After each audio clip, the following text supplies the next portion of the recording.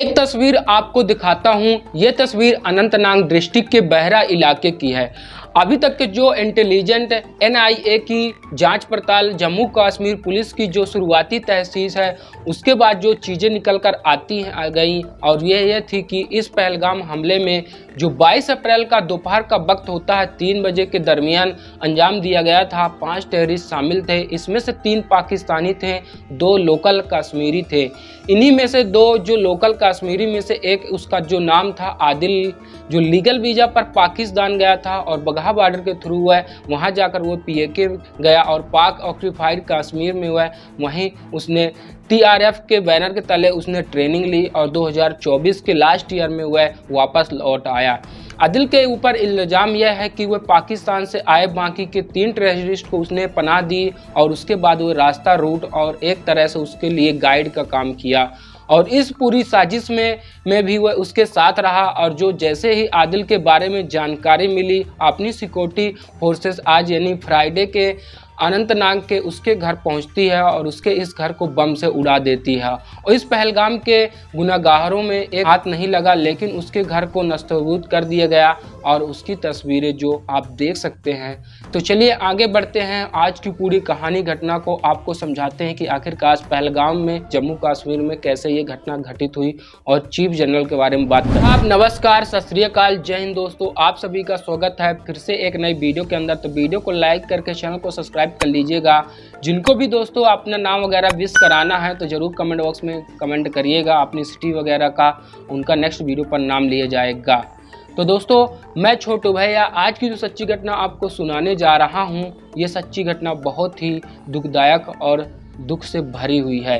तो दोस्तों जो हमारा जो आतंकी हमला हुआ था, पहलगाम पर हमला जो हुआ था और 26 बेकसूर सैलानियों की मौत हो गई और पाकिस्तानी आर्मी के चीफ, उनके जनरल जो सिर्फ एक सनक का नतीजा है, एक सनकी का नतीजा है। ये सवाल इसीलिए उठता है क्योंकि सिर्फ 6 दिन पहले पाकिस्तान के आर्मी चीफ ने एक स्टेटमेंट दिया था कि पाकिस्तान के आर्मी चीफ इस वक्त आसिम मुनीर वे शख्स हैं। जब इस इमरान खान पाकिस्तान के प्राइम मिनिस्टर हुआ करते थे तब झगड़ा हो गया था और इस इमरान खान ने 8 महीने के अंदर अंदर आसिम मुनीर को हटा दिया था।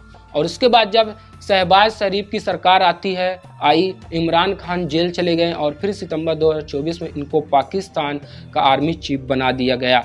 मुनीर को, आसिम मुनीर इससे पहले पाकिस्तान खुफिया एजेंसी आईएएस का डायरेक्टर थे और डायरेक्ट भी करते थे। और यही बात है कि आसिम मुनीर जिसने 2024 में पहली बार रिकॉर्ड पर यह बताते हुए एक्सेप्ट की कि कारगिल वार में पाकिस्तान आर्मी का हाथ था, जिससे पाकिस्तान सरकार अब तक मना करती रहती है, मान नहीं रहती है और हमारा कोई रोल नहीं है। लेकिन पाकिस्तान के आर्मी के सबसे बड़े टॉप जनरल ने पहली बार ऑन कैमरा रिकॉर्ड पर यह बात मानी कि कारगिल वार के पीछे उनकी सेना थी। और आसिम मुनीर के बारे में कहा जाता है कि यह बहुत बड़े बुलबेला इंसान है और अपनी आर्मी में, फौज के अंदर अपनी ताकत को बरकरार रखना चाहते हैं, बहुत ज़्यादा बढ़ाना चाहता है, इतना ज़्यादा कि फिर पाकिस्तान के हुस्मान जो भी होते हैं, जो रूलर होते हैं, उनको बैनी लगे। हालांकि पाकिस्तान में शुरुआत से ही आर्मी का दबदबा रहता है, हुकूमत तो रहती है, वहीं कठपुतली सरकार होती है, ख़ास तौर पर फॉरेन अफेयर्स के मामले में भी, इंडिया के रिश्ते के मामले में सरकार चाहे तो जो कर ले वही होता है जो पाकिस्तान की आर्मी चाहती है। 16 अप्रैल 2025 की बात है, यानी इस पहलगाम के अटैक से 6 दिन पहले, ये 22 अप्रैल को हमला हुआ और इससे पहले 6 दिन पहले 16 अप्रैल 2025 को इस्लामाबाद में एक ओवरसीज पाकिस्तानी कन्वेंशन था। और इस ओवरसीज पाकिस्तानी कन्वेंशन में जो मेन चीफ गेस्ट थे वो जनरल आसिम मुनीर हैं। पाकिस्तान आर्मी के चीफ वहां पर एक लाइन बोलते हैं और इस लाइन पर जो इस पहलगाम के हमले पर जोड़कर देखा जा सकता है। और पाकिस्तान आर्मी चीफ ने बाकायदा एक और फोरम जो रिकॉर्ड है दिया जाता है, जो पाकिस्तानी की मीडिया वहां मौजूद थी वह पूछती है, सवाल जवाब करती है कि कश्मीर हमारे गले की नस है और नस रहेगा हमेशा और हम इसे कभी नहीं भूलेंगे। हम अपने कश्मीर भाइयों को उनकी वीरतापूर्ण संघर्ष में अकेले नहीं छोड़ेंगे। अब वीरतापूर्ण संघर्ष जाहिर सी बात है कि उर्दू जुबान में बोली होगी और ये ट्रांसलेटर है जो कि हिसाब से कश्मीर उनके गले की नस है और रहेगा और वे कभी इसे छोड़ेंगे नहीं। 16 अप्रैल 2025 को इस्लामाबाद में पाकिस्तान का आर्मी चीफ यह स्टेटमेंट देता है और यह 6 दिन बाद 22 अप्रैल को पहलगाम में 26 सैलानियों की मौत के घाट उतार दी जाती है। इस आतंकवादी हमले में 3 पाकिस्तानी आतंकवादी भी थे। यह बयान और यह हमला इन दोनों के तार कैसे जोड़ता है और ऐसे जोड़ता है कि 2019 में जब 370 जम्मू कश्मीर घाटी से समाप्त कर दिया गया और जम्मू कश्मीर को एक अलग स्टेटमेंट दिया गया, एक अलग दर्जा दिया गया, यह पूर्ण राज्य का दर्जा छीन लिया गया और यूटी का दर्जा दिया गया, तो पाकिस्तान में कोहराम मच गया। अब तक का लश्कर तैयबा हासिफ सैयद जिसका सरगना वो ऑलरेडी बैन हो चुका था और पाकिस्तानी सरकार को दिखाना पड़ता है कि मजबूरी में, क्योंकि कर्ज तले दबे हुए हैं। जो IMF होती है और बाकी वर्ल्ड बैंक के अमेरिका का भी प्रेशर होता है। लश्कर ताब को लेकर एक तरह से बैन किया गया, तो लश्कर तब से उन्होंने दिखाना शुरू किया कि यह ख़त्म हो चुका है। लेकिन लश्कर ताब ने अपना एक शैडो संगठन शुरू किया और उसका नाम रख दी TRF, द रजिस्ट्रेशन फोर्स। इसका जो नाम रखा है TRF, द रजिस्ट्रेशन फोर्स। ये 2019 में आर्टिकल 370 हटाने के फ़ौरन बाद लश्कर ने यह शैडो ऑर्गेनाइजेशन शुरू किया था कश्मीर के अंदर, और इसका मकसद यही था कि इस सरकार के फैसले के खिलाफ कश्मीर के लोगों को भड़काएं और कश्मीर में फिर से हिंसा फैलाएं, और इस शैडो ऑर्गेनाइजेशन को जन्म दिया। लश्कर के चीफ हाफिज सैयद ने पाकिस्तानी आर्मी के चीफ 16 अप्रैल को यह बयान 3 आतंकवादियों को पाकिस्तानी के सरहद के अंदर दाखिल किया जाता है और यह हमले को दिखाना, अंजाम देना, और इसके पीछे हासिफ सैयद का जो खास मकसद होता है उसकी भी इसी शामिल होने की बात होती है। ये सारी कड़ियाँ एक साथ जुड़ी होती हैं, ठीक वैसे ही जैसे कारगिल वार हुआ और तब किसी ने माना नहीं था कि पाकिस्तान भी ने नहीं माना, लेकिन अब ये जबकि पाकिस्तानी आर्मी ने कह दिया है कि बहुत दिनों से कश्मीर शांत है, तो वो फिर लश्कर के ऊपर प्रेशर आया कि पाकिस्तानी आर्मी ने कहा है कि करना पड़ेगा कुछ ना कुछ, तो क्योंकि पाकिस्तानी आर्मी का सर पे इनके हाथ रहता है, ट्रेनिंग वही देते हैं, सारे टेररिस्ट को कमांडो की तरह इसे जैसे आपने आर्मी के लोगों को देते हैं। 16 अप्रैल के इसके बयान के बाद सुगवाहा हाट में शुरू होता है, इसके बाद वह कुछ करना है, लेकिन वह फिर 22 अप्रैल को पहलगाम के सूरत में हिंसा की यह शक्ल हम सबके सामने आई। तो एक पाकिस्तानी आर्मी चीफ और उसकी यह सनक और उसकी यह बातें, उनके अंदर यह पहलगाम का हमला, इससे लेकर हमारी इंटेलिजेंस की एजेंसियां और बाकी लोगों को कड़ी जोड़ रहे हैं। और जो तो इंडियन गवर्नमेंट ने लगातार कड़ा स्टैंड लिया है और पानी रोकना, वीज़ा रोकना, बाहर कर देना और बाग वार्डर पे चौकी जो है उसको बंद कर देना, ये कदम इसीलिए है क्योंकि इसके तार पाकिस्तान आर्मी जो स्टेट और स्टेटमेंट से जुड़े होते हैं, और यह पाकिस्तानी आर्मी के चीफ की यह सनक पहलगाम में बेकसूर सैलानियों की मौत के रूप में तब्दील हुई। तो यह तो रही पाकिस्तान की, लेकिन जनरल की बात, अब तो पूरी इंट्रोगेशन जांच पड़ताल होगी। और जिस जगह पर यह मामला हुआ है बैसन घाटी के पहलगाम में, वहां पर एक CCTV कैमरा तक मौजूद नहीं है। आप सोच सकते हैं जो सबसे बड़ा टूरिज्म स्टॉप है श्रीनगर में, 2 ही सबसे बड़े मशहूर टूरिज्म स्पॉट है, अगर आप डाल लेक और निशात गार्डन को छोड़ दें तो यह पहलगाम गुलांग और सोनाग से अलग है। और तो यहाँ हमेशा टूरिस्टों की भीड़ होती है, हर सीजन में एक भी, लेकिन CCTV कैमरा नहीं, खास तौर पर उस जगह पे जहाँ पे टूरिस्ट आकर थोड़ा सा सुस्ताते हैं, थोड़ा पिक्चर लेते हैं, खाते पीते हैं। लास्ट ईयर तक इस जगह पर CRPF की 2 कंपनियां तैनात हुआ करती थी। इस पूरे इलाके के जो रेस्टोरेंट स्टाफ की सुरक्षा के लिए 2025 की शुरुआत में CRPF की इन 2 कंपनियों में से एक कंपनी को वहां से हटा दिया गया और उसे फिर किसी और जगह शिफ्ट कर दिया गया। अब उसकी एक वजह यह भी है निकली जाती है कि हमारी आर्मी की जो फोर्सेस है, जिनमें से एक रिपोर्ट आई है उसमें कमी है करीब 1 लाख इंडियन आर्मी की। इस वक्त वैकेंसियां खाली हैं और इसी वजह से कि कोरोना काल में भर्तियां जो नहीं हो पाई, रुकी हुई थी। हर साल करीब 60 लाख आर्मी के लोग रिटायर होते हैं, जो 2 साल में जब भर्ती रुकी तो इसका मतलब 1,20,000 लोग रिटायर हुए, लेकिन उनकी जगह बदहाली नहीं हुई, उनकी जगह को भरा नहीं गया। अग्निवीर स्कीम के तहत लोगों तो आए लेकिन अभी नहीं आए, सीनियर से लेकर जूनियर पोस्ट बहुत सारी वैकेंसियाँ खाली पड़ी हुई। उसी का असर है, जब आप डिलाई करते रहेंगे चीज़ों को कहीं और कहीं यूनिट को, कंपनी को, तो फिर मेन फोर्स कभी कमी के साथ कमियां आती हैं। और यही वजह है कि इस साल की शुरुआत में CRPF की 2 में से एक कंपनी को वहां से हटा दिया गया और उसी वजह से एक शायद के गलतफहमी भी टूरिज्म स्टॉप पर कभी टेररिस्ट अटैक नहीं हुआ। और जो कि रिस्पांस टीम की जो सीआरपीएफ की दूसरी जो उसको एक सेंस में करीब 3 बजे की बात है। यह जब मामला हुआ, हमला हुआ, 1 घंटा लगा मौके पर पहुंचने में। और 1 घंटा इसीलिए लगा क्योंकि वो जो पूरा इलाका होता है, अब गाड़ियां से तो जाया नहीं जा सकता है। इसके पास जो आम पैदल जो चलते हैं लोग बाग, घोड़े कच्चर पे चलते हैं, 1 घंटा लगता है। और वो 1 घंटा काफ़ी था उन आतंकवादियों को अपना काम करने के लिए।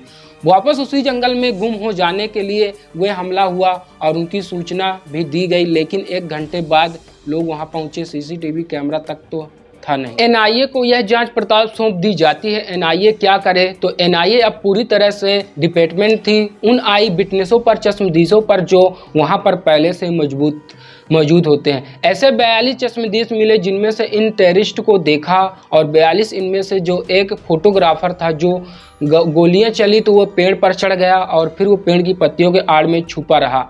और फिर उसने देखा कि उन टेररिस्ट को जो 42 के 42 लोगों को स्टेटमेंट लिए गए और वहीं से हुलिया और पूछे गए, और उनका जो हुलिया बताया गया उनके बारे में जो 3 स्केच बने, ये 3 स्केच ये हैं। इन्हीं 3 स्केचों में से 42 आई विटनेसों के बयान के आधार पर बनाए गए हैं। इन्हीं 42 विटनेसों में से एक यह भी बताया गया कि उन लोगों में कि उनमें से जो 3 लोगों जो पशो जुबान में बात कर रहे थे, हालांकि उर्दू भाषा में मिक्स में वो बात कर रहे थे, जबकि जो 2 लोग होते हैं वो कश्मीरी लैंग्वेज में बात कर रहे होते थे।